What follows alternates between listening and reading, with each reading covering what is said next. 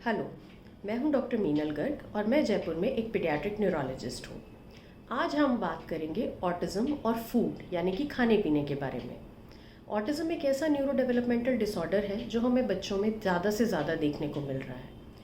Food या खाने पीने से संबंधित पेरेंट्स के कई क्वेश्चंस रहते हैं, जिनमें से कुछ क्वेश्चंस का मैं इस वीडियो में आंसर करने की कोशिश करूँगी। सबसे पहले, ऑटिस्टिक बच्चों को खाने पीने से संबंधित क्या प्रॉब्लम्स आती हैं।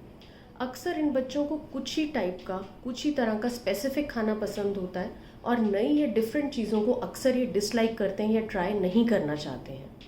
बच्चों को इवन पैकेज्ड फूड भी कई बार सेम ब्रांड या सेम तरह का ही पसंद आता है। अपने रूटीन को फॉलो करने के लिए ये बच्चे चाहते हैं कि सेम टाइप का खाना सेम जगह पर उसी सेम रूटीन के साथ ही खाएं। फूड से या खाने से संबंधित कुछ सेंसरी इश्यूज भी हो सकते हैं, जो कि दो तरह के होते हैं। एक, बच्चे को खाने पीने के टेक्सचर, टेस्ट यानी उसका खाने का टेस्ट कैसा है या स्मेल, इन चीज़ों से कई बार प्रॉब्लम हो सकती है।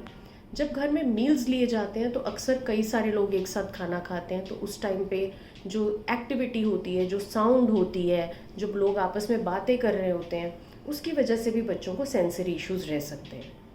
कई बार ये बच्चे ऐसा चाहते हैं कि प्लेट पे जो खाना है वो एक दूसरे से टच नहीं करे, ये अलग अलग रहे, या एक स्पेसिफिक कलर या एक स्पेसिफिक टेक्सचर का ही खाना खाना इनको पसंद रहता है।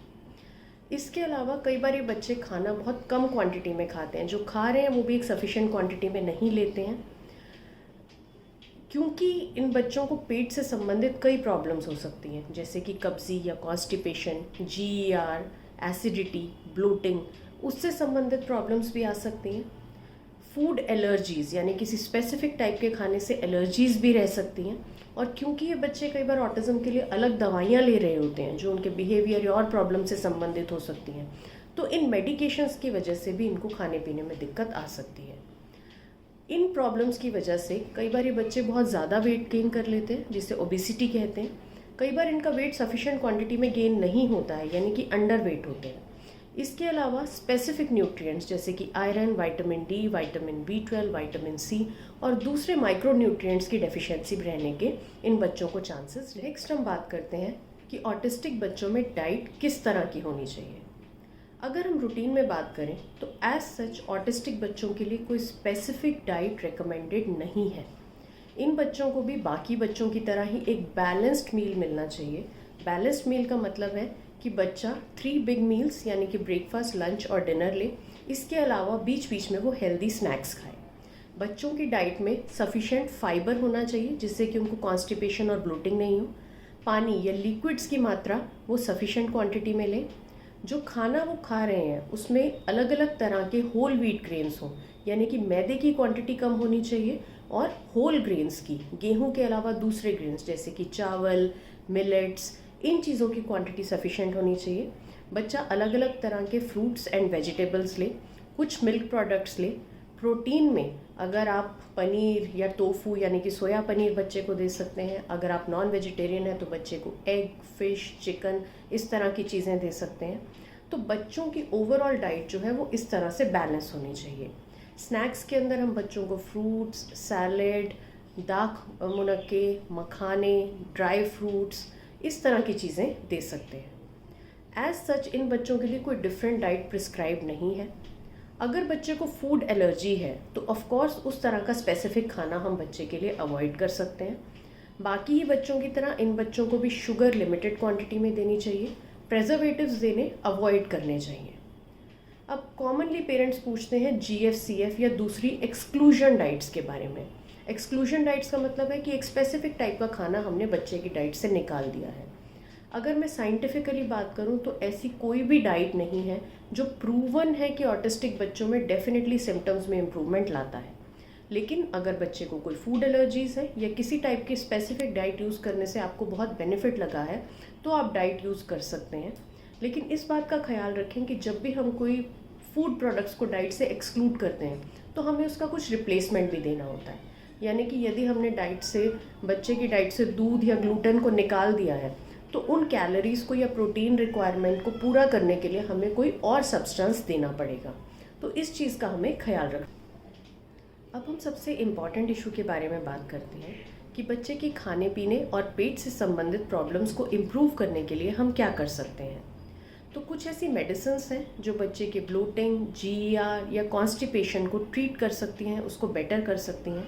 अपने डॉक्टर की एडवाइस से इन मेडिसिन्स को हम ट्राई कर सकते हैं। यदि बच्चे को कुछ स्पेसिफिक न्यूट्रिशनल डेफिशिएंसीज हैं, जैसे कि आयरन या विटामिन डी की डेफिशिएंसी, तो इसके लिए हम अपने डॉक्टर की एडवाइस से बच्चे को न्यूट्रिशनल सप्लीमेंट्स दे सकते हैं। कोशिश करें कि बच्चे के मील्स के आसपास एक रूटीन बनाएं, जिससे कि बच्चे को सेम प्लेस या सेम टाइम पर ही हम खाना खिलाएं, जिससे बच्चा कंफर्टेबल फील करे। सेंसरी इश्यूज़ के लिए हम बिहेवियरल थेरेपी या सेंसरी थेरेपी का सहारा ले सकते हैं, जो कि बच्चे के सेंसरी इश्यूज़ को इम्प्रूव करने में हेल्प करती है। अगर बच्चा बहुत तरह का खाना नहीं खा रहा है या कुछ ही चीज़ें खाना चाहता है, तो हम धीरे धीरे नई चीज़ों को ट्राई कर सकते हैं। एक बार में आप कोशिश करें कि एक ही नई चीज़ ट्राई करें। बच्चे के सामने ऑप्शंस दें, जिससे कि वो डिफरेंट ऑप्शंस में से चूज़ कर सके, जिससे उसे अपनी डाइट के ऊपर कुछ कंट्रोल फील हो। हम जो चीज़ें बच्चा खा रहा है उसमें ही हेल्दियर ऑल्टरनेटिव्स या स्मॉल चेंजेस कर सकते हैं, जैसे कि मैदे की बजाय हम होल व्हीट का यूज़ कर सकते हैं। बाज़ार के केचप की बजाय हम होममेड सॉस दें, जिससे खाने का न्यूट्रिशनल कंटेंट इम्प्रूव हो जाए और प्रेजर्वेटिव्स की मात्रा कम हो जाए। यदि बच्चा ऑलरेडी कोई चीज़ खा रहा है, जैसे कि खिचड़ी, तो हम उसमें बॉइल्ड वेजिटेबल्स स्मॉल पीसेस में डाल सकते हैं, जिससे कि उसका न्यूट्रिशनल कंटेंट बेटर हो जाए। जो बच्चे थोड़े बड़े हैं, उन्हें हम मील की प्लानिंग में, सामान खरीदने में या खाना प्रिपेयर करने में भी इन्वॉल्व कर सकते हैं, जिससे कि बच्चे को भी अपने डाइट के ऊपर बेटर कंट्रोल फील हो। अगर आपको लग रहा है कि बच्चे को मैल न्यूट्रिशन है या ओबेसिटी है या वो अंडर वेट है, तो आप डाइटिशियन की हेल्प ले सकते हैं, जिससे कि वो हमें हेल्दियर और बेटर ऑल्टरनेटिव सजेस्ट कर सकते हैं। यदि आप कोई एक्सक्लूजन डाइट फॉलो कर रहे हैं, जैसे कि डेयरी फ्री या ग्लूटेन फ्री या कैसीन फ्री या और कोई स्पेशल डाइट जैसे कि कीटोजेनिक डाइट, तो डेफिनेटली एक एक्सपीरियंस डाइटिशियन की सलाह लें, जो कि बच्चे को एक प्रॉपर बैलेंस डाइट देने में हमारी हेल्प कर सकती हैं। सबसे इम्पॉर्टेंट चीज़ है कि हम पेशेंस रखें। यदि बच्चे ने कोई स्मॉल अचीवमेंट भी किया है, तो उस अचीवमेंट को हम प्रेज़ करें, उसके लिए हम हैप्पी हों और धीरे धीरे स्मॉल चेंजेस करें। बच्चों को, और स्पेशली जिन बच्चों को ऑटिज़म है, उनको खाना बैलेंस डाइट में देना या उनको खिलाना पिलाना डेफिनेटली एक बहुत मुश्किल काम है, लेकिन इन कुछ चीज़ों का ध्यान रखते हुए हम उस चीज़ को धीरे धीरे इम्प्रूव कर सकते हैं और बच्चे के खाने पीने में छोटे छोटे पर इम्पॉर्टेंट बदलाव ला सकते हैं। अगर आपके कोई क्वेश्चंस हैं तो आप यहाँ कमेंट्स में पोस्ट करें। मैं कोशिश करूँगी कि मैं जितने क्वेश्चंस का रिप्लाई कर सकूँ मैं ज़रूर करूँ।